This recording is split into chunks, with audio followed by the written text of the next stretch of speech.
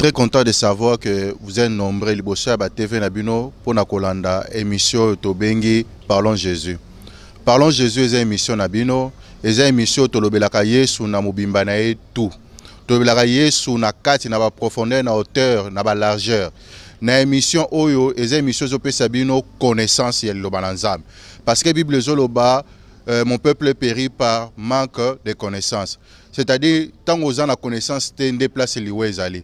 Mais dans le cas émission, vous avez connaissance, parce que vous avez contre un ennemi vaincu mais actif. Mais pour nous, vous avez un biso, vous avez une émission, vous avez un général l'armée ya Nzambe. Azali moto yo Nzamba pesi lotomo. Azali motoyo azana connaissance lubanza un amoureux de la parole de Dieu. Azali motoyo azali le lemo ezika pona lilobana Nzambe. Alors pona ko présenter ngana ko représenter malamu te sengeli yemo ko se présenter pour boye malamu. Bonjour papa. Bonjour ndiko journaliste. Papa, nalingi ota la caméra oyo o se présenter pendant 30 secondes. Bato bazolanda bayeba yo zanani. Nazali bongo le révérend pasteur David Molingo Ibimba. Nous allons aussi au pasteur de l'église La Main de l'Éternel. Donc c'est ça. Nous allons pousser en Namokuse Azali pasteur David Molingo. Alors Nayende Tokoye bako développer thème très important. Yango na kosenga yom tozalanda bongisa biki na yo, bongisa kaye na yo, za Bible no tie pembeni pona ko vérifier o ekolobama awa. Thème na biso ya lelo ezali qui est ezali Jésus-Christ est-il l'espoir de l'humanité? Est-ce que Yesu Christo azali penza espoir ya humanité?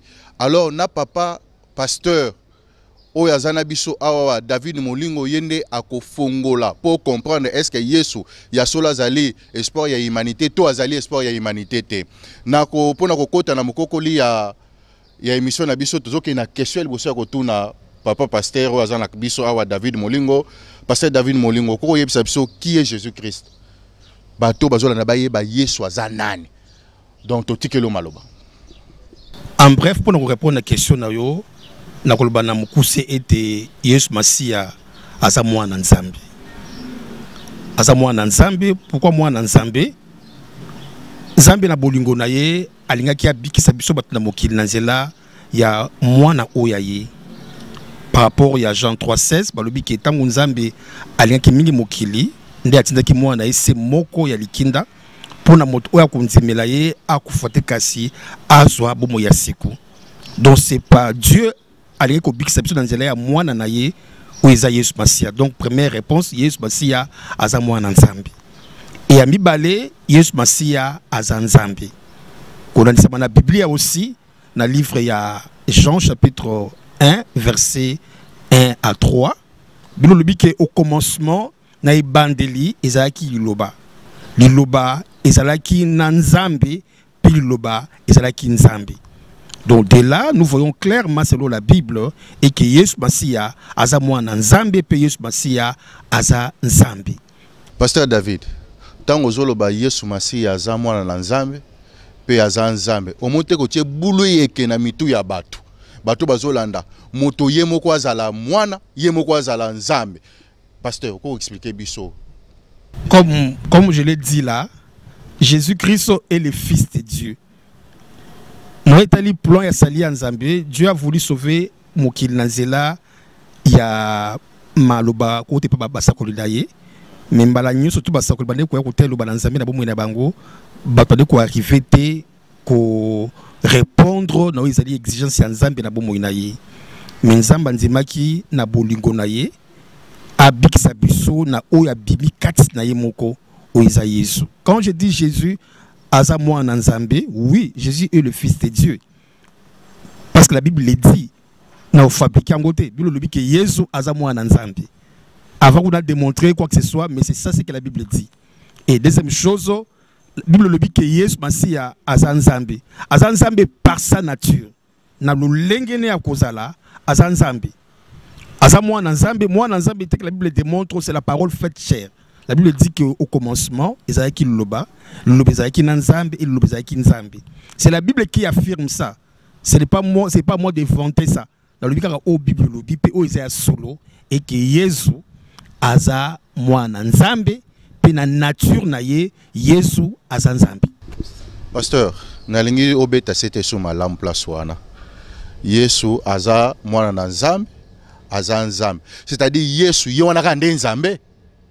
Nalingo pesa biso réponse to yeba est-ce que Yesu Yowana Nzambe ou ya kela mokili? Kotanga Biblia ni bandeli pe na suka tozomona Bible de biso Nzambe aza moko, Dieu est seul et unique, mais tout le monde Nzambe ko se révélé dans 3 dimensions. Il y a Père, il y a Fils et il y a Saint-Esprit.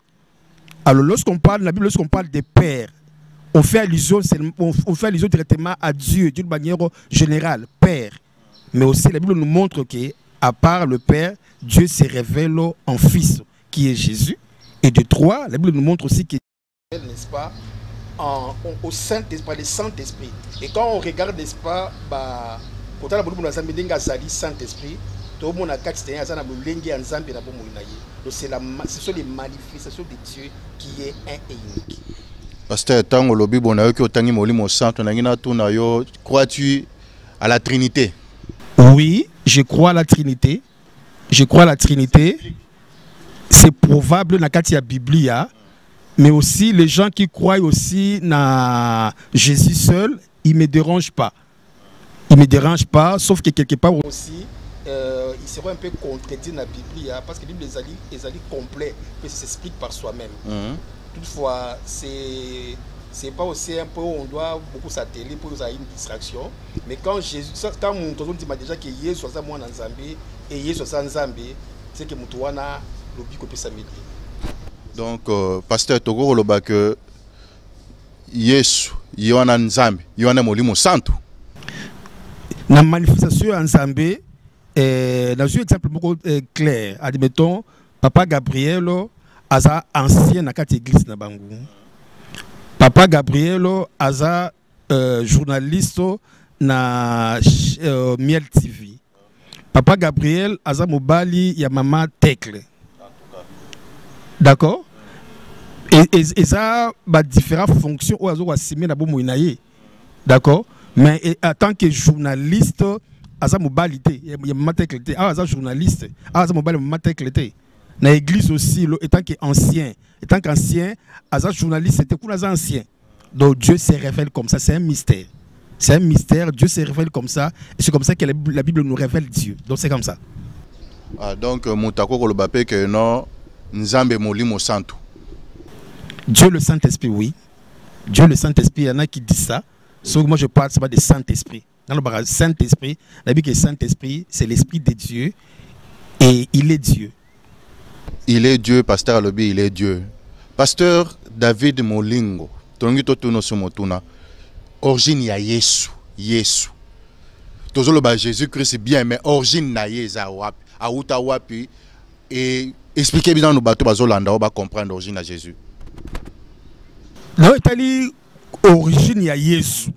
Tubiskani Yesu a banda. Toi, ba été déjà dans la Bible, ya banda kala, avant que Yesu aya. Nzambe atiki basakoli balo balatina na kuya na Yesu Masia. Lokola musakoli Esaïe na Esaïe chapitre 7 verset 14 kuna lobi ka lobi museka akozana zemi pe akobota mwana obenge na kombo ya Emmanuel ngoloba Nzambe katikati na biso. Avant que Yesu aya tomoni ki déjà ça a été prophétisé kuya na Yesu. Mais quand on suit prophétie à Michée, dans Michée chapitre 5 verset 1 pour les autres versions, verset 2 pour la version Moussou, pas la version à Bible. Balobi na kati pour lobi que yo Bethlehem Ephrata. Ozali mon côté katikati na ozali ya mukiete katikati na bamboka ya Juda to ya Yuda parce que na yonde ko bota mamutu oyo akokamba ozali Israël. Puis bakiske mutu wana balobi ba origine na ye ezo remonter du lointain pe na ba jour ya éternité. Tout le monde a que Yesu Masia na origine na Yesu aza éternel. Aza éternel abanda te persukate. Parce que quand aussi on prend dans le livre, il y a Hébreux chapitre 13, verset 8, il y a Yesu Masia, azalo lenge moko lelo pelobi pelibena libela. Donc Yesu Masia, otali origine na ye, Yesu abandate pe Yesu asukate. Même aussi l'Apocalypse le dit, Yesu Masia azali alpha pe omega. Donc aza ebandeli pe suka. Aza mutali bospe mutwa suka. Donc Yesu Masia abandate. Na otali origine, Yesu Masia aza éternel. Donc autrement dit, azala à cause de la libéla karandenga zali. Et puis encore une chose aussi à noter, ça que koya na Yesu katita mokili eza ko bande ya Yesu te. Yesu Masia, on parle sur le français la préexistence. Autrement dit moto oyo azala banda kala na yambokeye aya na mokili oyo. Donc kobota na Yesu Masia lokola na Bethlehem na zali ya Marie, eza te que Yesu bandi wana. Non, banda kala Yesu azala. Même aussi Jean-Baptiste aussi, et puis à lobby. Oh, Yesu Masia botama 6 mois après Jean-Baptiste. Et Jean-Baptiste a été envoyé pour présenter Yesu Masia, pour fungolanzela pour Yesu Masia. Mais le jour où Jean-Baptiste a moni Yesu Masia, dans le livre il y a Jean chapitre 1, à partir du verset 29, on peut me descendre dans le verset 33. À lobby, dans la mois n'a pas été dans Zambie, il y a oyo a kolongola masumu na bato. Puis il dit encore à lobby na yeba qui était mais mutu wa tina kinga na baptisé a ibisika ke mutu ko mona likolo na ye molimo wa kiti lokola Colombo ye wanande akubatisa no itali na moto pe na molimo santo pecha bakisi alobi na moni yango pe na tatoliete aza releba mwana nzambe idje ko quelque part alobi mutu oyo azala ki aye liboso nanga alobi azala liboso nanga nenga na yaki liboso na yepo a exista avant Ganazam. Donc on voit par là que Jésus abanda ndinga botama na Bethléem te mais Yesu Masia azala depuis toujours pas azala depuis toujours. Et nous quand là on a parlé de la préexistence de Jésus. Donc Jésus abanda na Bethléem te Jésus azala toujours. Et quand on prend également Jean 1, dans Jean 1 alobi au commencement était la parole était avec Dieu et la parole était Dieu. Alors là on voit le commencement. C'est un constat. Il dit au commencement était la parole. Autrement dit, na bandeli ezaki liloba. Donc liloba ozaki le bandeli liloba et bandate pour liloba eza éternel. C'est ça aussi que l'Esprit de la Bible dit à propos il y a Melchizedek qui était comparable au fils de Dieu, balobi que aza de bandelité pe anasukate. Donc Yesu na origine na ye Yesu azala depuis toujours, pas azala depuis toujours. Donc abanda tepe asukate. Mais na mokili oyo ayaki na mokili oyo pour une mission spécifique ya kobikisa mokili.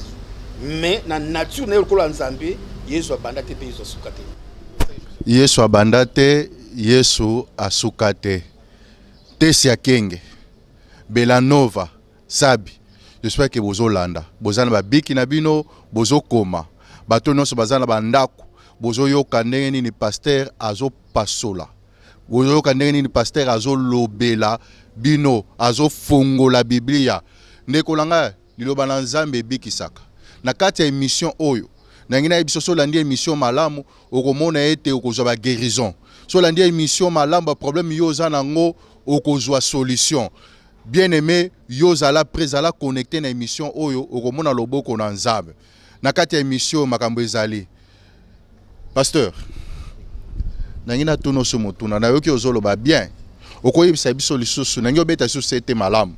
Est-ce que Yesu Masia aza créature to Nzambe ne mutakela ye to yende mutakela mokili oyo aza créature to créateur? Vous savez dans l'Italie Yesu Masia il y a aussi un livre qui m'intéresse beaucoup, le livre Une religion. Et ça, Coran. Coran, oui. Dans le Coran, Zambé a celle-là été, comme on m'a dit, dans l'Italie, Yesu Masia, dans le livre Coran. Peut-être que la maison n'est pas comme ça. Dans le Coran, il Yesu, donc Isa, Asa, il est en Zambie. Puis Asa, Molimo en Zambie. Pourquoi? Parce que il y a Moutou a déclaré le Cambo un musulman oyo mukolomoko en écouté ya alobi que Yesu Masia aza nzambe te aza pe mwana nzambe te nde sikoyo m'a posé question sikoyo Yesu Masiya aza nani alobi azwaki tanke kotanga courant atangi yango bande baleti na suka akamwa parce que courant ils ont parlé na Jésus mbali belé koleka Mahomet puis ils ont parlé na Mariam autrement dit Marie mère de Jésus mais quand il lit le courant avec de fruits que courait le but deux choses pour Jésus bah que Jésus est l'esprit de Dieu et Jésus est la parole de Dieu wana courant je vais poser la question à l'air professeur il y a courant ABC prof Yesu azanani ABC la parole Yesu a la parole aza l'esprit de Dieu tu vas poser une question la parole est la créature toi est créateur prof va répondre il y a c'est pas imam quoi répondre à l'obi Yesu abi la parole est ni créateur est ni créature autrement dit la parole ou est Yesu eza mokélité pe que la monté oh Yesu va poser question ce qui parole voilà mi ba misimo parole ce qui parole de lo banzambi ou eza Yesu ce qui parole eza créature té eza pe créateur té c'est eza fils de Dieu de mutu wana benga na bibi makende la parole eza ni créateur ni créature ba na raison na ngambo moko mais la Bible nous montre dans le livre de Jean chapitre 1 verset 1 à 3 par le pays au commencement n'est bandeli ezalaki liloba ezalaki na nzambe pe liloba ezalaki nzambe pe bakisi nyonso ekelama na liloba pe bakisi souhaité eloko moko te ekelama sans liloba. Et quand on voit également dans le livre de Genèse chapitre 1 quand les bandeli wana le bio au commencement Dieu créa les ciels et la terre yawo akela ki likolo penase mais balobi ke likolo ezalaki na lolenge te pe ezalaki na mai kozinga o ezali surface ya mokili molimo na nzambe ande kotepa likolo na mai pe nzamba lobi ke mokili ezala autrement dit pole ezala pe pole ezali samaki. Là on voit la parole de Dieu. Jésus est la parole de Dieu. Jésus est le créateur autrement dit. La Bible dit pourquoi? Parce que la Bible dit que nyonso ekelama na Yesu pe lo comme côté o ekelama sans Yesu. Et quand on prend également livre ya Colossiens chapitre 1 à partir donc Colossiens 1 on peut prendre même à partir du chapitre verset 15 c'est verset 19 c'est que la Bible déclare là-bas Bible le dit que nyonso ekelama na Yesu. Balobi les visibles et les invisibles. Biloko tozomona pe otozomona te ekelama na Yesu Masiya. Balobi ke na France balobi tout a été créé par lui et pour lui. Autrement dit, nyonso ekelama na nzela na ye pe po na ye. Balobi et tout subsiste en lui. Autrement dit, nyonso ezali sabi pe ezali Nanzela na ye.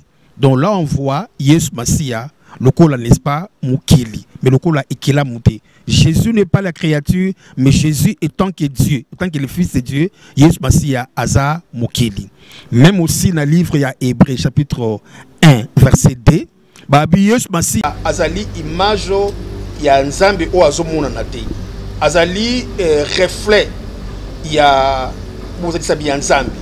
Bakisi babike na yende nzambe akela l'univers. Donc Dieu en créant le monde, il a créé tout par sa parole qui est son fils Jésus parce que Jésus c'est lui la parole de Dieu. Jésus c'est lui la parole. Donc c'est ça. Le Yesu aza ekela muté mais Yesu aza mokili étant la parole de Dieu et puis étant Dieu.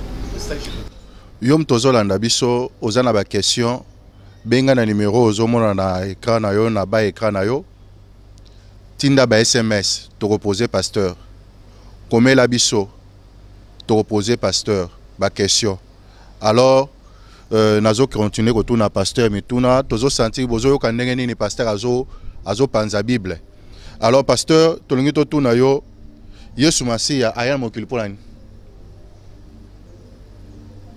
Yesu Masiya lokola muto yo avandi katikati na kembo na tata na lola libela aki na pusa mokote aya na mokili oyo parce que tika gloire pour aya na mokili oyo mais aya ki pour na objectif belé mais nous va pas être mis tominei ya liboso sur tangi biblia na livre ya Luc chapitre 19 verset 10 wana Yesu de alobi azo s'adresser na bato azaki mukolo wana pa ya Zaché tango Zaché nzemeli Yesu de Yesu alobi pamba te mwana na Nzambe ayaki pona koluka pe kobikisa baye oyo babungaki.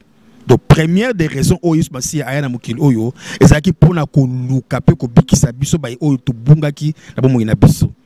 Tobungaki quand? Na livre ya Genèse chapitre déjà 1, chapitre 2, chapitre 3, to mona kuna Nzambe akeli mokili, Nzambe akokela mutu na dernier lieu pe atuer za la mokonzi ya biloko nyonso to Nzambe akela. Pe na relation ozaki entre Nzambe na mutu, Nzambe apesaki mitindo moko na nzete oya boyibe mabena malamu. Ayebisi mutu ete olia nyonso mais mbuma oza na kati na jardin kuna ya boyibe na mabena malamu olia ngote mokolo kolia yango yo kokufa. Mutu a marché bien en Zambie pendant un bon temps parce que nous le dit que chaque soir Dieu venait se manifester pour à solana mutu na bomo inaye. Mais ce bon jour là Satana oyo Angela na nyoka ayaki kokosa ozali mwasi donc Ève kotindikaye ayaki ne kolia mbuma o Nzambe abena ko interdit et mwasi azwi mbuma wana apesi ozali mobali na ye baleki mbuma wana. Et quand ils ont mangé ils bayebaki na ko désobéir na o Nzambe apekisaki. Banda tango wana la Bible dit que misu na bango efungwamaki bamolaki ete bazaki na bilamba te ba misui ba kase ya nzete ya figue je crois ba mizinga po ba bomba oyo ezali bolumbu na bango. Alors bayebaki mapena malamu nde Nzambe aye kobenga bango alobi Adam oza wapi abisi Nzambe alobi naoki mungongo na yo yango na bata mina ba nzete awa po naza na bilamba te naza mutakala yebisi o nana yebisi yo koza mutakala donc olembuma ona pekisaki yo abi non eza ngai te za mwasi oyo tsheki pembe nanga ndi a pousser kana lia mbuma oyo Nzambe yebisi mwasi abi bongo pourquoi osali bongo abi ngai te eza nyoka nde akosinga na bongo ne ko lia mbuma oyo yo pekisaki nde Nzambe akateli nyoka etumbu na pesi promesse ayebisi ye nyoka lobi okotambola na libumu pe okolia putulu na bomoi na yo pe ayebisi ye ke na kotia oyo ezali kabwala to koyinana entre yo na mwasi pe na oyo akobima na mwasi na mokitami ya mwasi pe mokitami na yo abi na bongo ete mokitami ya mwasi akoyeba konyata mutu na yo bongo yo koyeba soyez na talon. Là on voit l'origine, il y a problème, il y a perdition à mutu na bomo inaye. Banda mukolo wana mutu azaki éloigné na Nzambe na bomo inaye, a perdaki ozaki gloire ya Nzambe na bomo inaye pe mutu a méritaki kufa na bomo inaye. Alors dès là, l'homme était séparé de Dieu. Aki musika na Nzambe na bomo inaye. Alors Dieu aussi cherchait de quels moyens pour ayeba na kopiki sa mutu na bomo inaye. Dieu a utilisé beaucoup de moyens. Mais ce qui est important, je vais prendre la loi. La loi,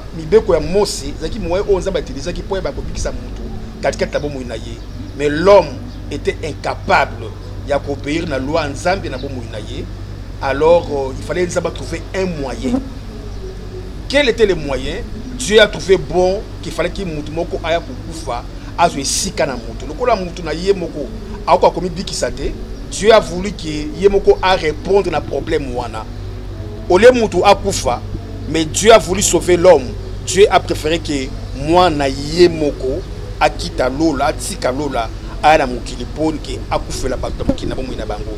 Alors na koya na Yesu na mukili aye kuluka biso ba oto bungaki ou bien to bibisa ba kina bomu na biso. Ouais, c'est la première raison koya Yesu Masiya na bomu na ye selon Jean selon Luc, n'est-ce pas 19 verset 10, il est venu chercher et sauver ce qui était perdu. Qui était perdu? Moi j'étais perdu, plongé dans les péchés.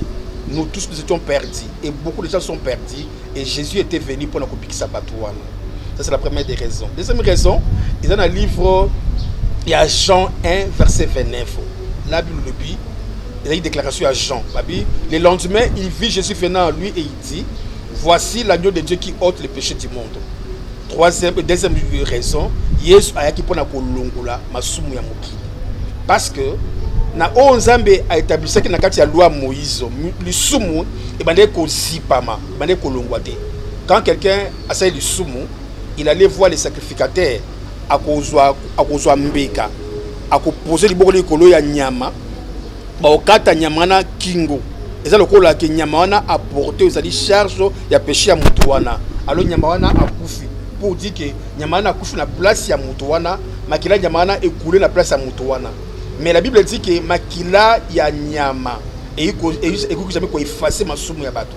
Alors Dieu a voulu que moi naïse moka bolingo aya dans zoto ya moto, lui étant Kenzambe, mais aya dans zoto ya moto pour aya ba kufa na place na bateau pour alongola ma soumu na bateau. C'est pourquoi na koya na Yesu na kufa na Yesu masiya ne kulu sope na nzela Makila oyo ezaki versé. Aebaki na kolongola masumu ya mokili.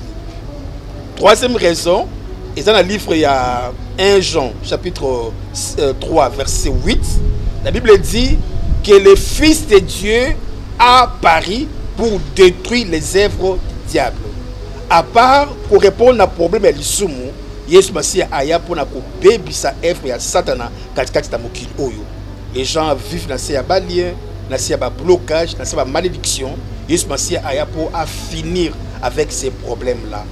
Et en quatrième lieu, pour épeler, je parlerai seulement des 4. Dans le livre, il y a 2 Corinthiens chapitre 5, verset 18 à 20.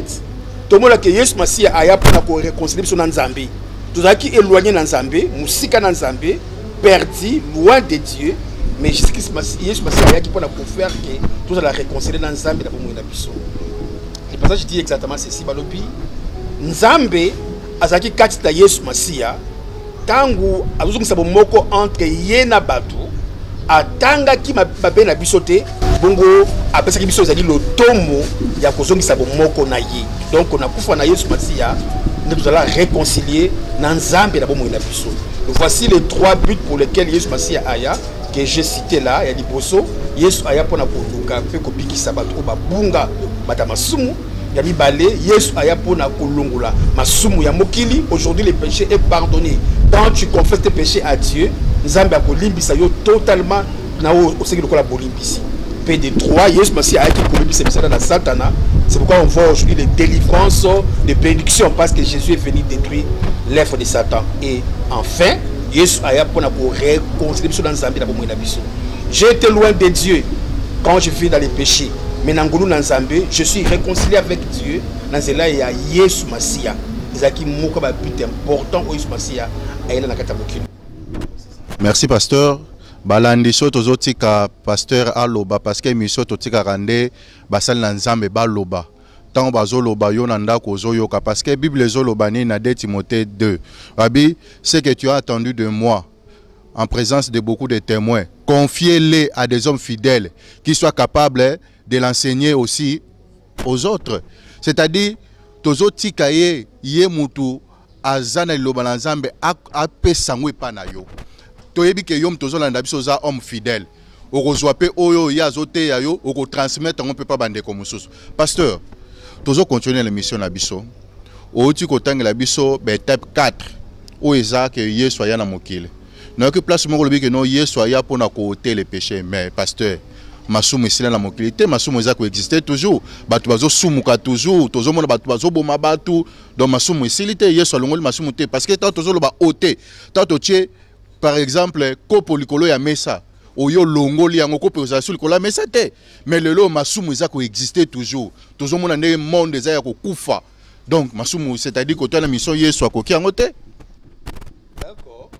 Masumu oyo Yesu azolongola eza masumu eza imaginaire te et masumu oyo esalami.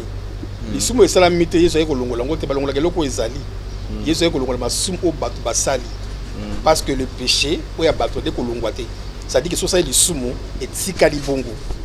Eza lokola mutu ana nyongo, nyongo zo sila te. So zu nyongo, nyongo ne ko sila te. Pourquoi? Parce que bafuti nyongo masumu ya bafuti mbongo nyongo wana te. Mais par rapport à péché, quand on essaie de soumu na bomo inaye, moi Nzambe aya lokola moi na pâté o azanga litono pe dash na bomo inaye poete na makila na ye masum o muto sali et ça l'a effacé. Donc c'est ça, c'est les péchés commis que Jésus est venu enlever. Donc c'est ça, ils ont été les sum o non muto sali non non et les sum o ba sala Yesu aya pona kolongola ngo pe les sum nyonso lelo oyiko sala parce que nous savons n'est-ce pas la nature il y a les sum. Bon on va quitter cette corps n'est-ce pas les sum tant que toko kufa ou tant toko nettoie na Yesu masia na bomo na biso mais tant donné que tona kata mokilo pe na nzoto oyo ezam nzoto masumu ko meka maizali mais aussi il y a une différence entre les sumu na vie à moi na Nzambe pe na vie à mopagano muto ayebi Nzambe te les sumu eza vie na ye soko afingi soki ayibi asali ekobo akepa nganga eza vie na ye do les sumu eza vie na ye d'accord mais muto wana ndeni ni ayiko la débarrasser na les sumu wana et nzela Yesu soka nzimeli Yesu lokola mokosi po bikisa bomo na ye Nzambe ko effacer tous ses péchés pe Nzambe akopousa ye pembe na ye. Et puis pour les enfants de Dieu moi na Nzambe aza muto oyo lisumu il faut ta lokola eza lokola accident na bomo na ye parce que lisumu ça met mal à l'aise muto yo anzimela Yesu passer na bomo na ye. Je me rappelle on a une vie en Nzambe sika là j'avais peut-être l'âge de 14 ans 15 ans lisumu ele ko déranger banda tongo tipo so na ça lisumu erreur moko nous ala mal à l'aise banda tongo tipo quoi pourquoi pour na ko moi na Nzambe lisumu etanga soit à l'aise. Quand quelqu'un n'est pas à ça les kobo pe à l'aise c'est que ça normal pour moi na Nzambe d'abord au commune kuna ndenge nini peso komi kuna c'est que eko choquer ma casse tabo moinaye parce que a na Saint-Esprit a déjà na nature bon Nzambe na bo moinaye mais soki et comme il dit que asumuka et que à ce que bolumbi c'est pas dans Nzambe Nzamba ko limbi c'est parce que Yesu Masia aya ko longola masuma moki. Il y a un passage de la Bible également qui parle de ça dans le livre de Jean chapitre 1 Jean 1 et puis dans 1 Jean 1 je vais prendre les versets 9 et puis 1 Jean 2 verset 1 à 2 nous le dit exactement ceci. Alors lui ceux qui to tubeli masumu na biso Nzambe surtout yambulu masumu na biso Nzambe aza mokokisi bilaka pe Nzambe azali moyenge beni pona olimbisa biso pe pona kopetola biso mabe nyonso. Donc si aujourd'hui tu fais le péché et que tu obisi Nzambe limbisa yo pe Nzambe limbisa yo pe annuler yango effacer yango c'est parce que Jésus était mort à cause de ça. Donc sans la mort de Jésus le sumu yo lokwate. Sans la mort de Jésus le sumu ko longwate. Madame Nangai Nangai moko parce que l'obé ezalaki anniversaire na biso il y a 7 ans de mariage. Wow. Mariage religieux hein, mais on a déjà 8 ans. Wow. Donc ezaki l'obé Nzambe akumisama na Amen. Pour na biso. Amen. Nous sommes toujours ensemble parce que le mariage est venu tout le monde va divorce mais Dieu nous a soutenus. Amen. Donc Nzambe wana merci. Alors n'a pas un bon mot na émission une ngezole kezaki na équipe technique na Sima tozo kende ko pesa merci. Na ba bazaki na caméra o basimbi bilili tozana Belanov Sabi tozana Tessia Kengi na montage tozana Shekina Epwene et na coordination tozaki na monsieur Paul Bongongo et tozoki ne kopesa merci na DG na biso madame Dorcas Masaka et na PDG na biso Dieudonné Mongu les piliers de la foi.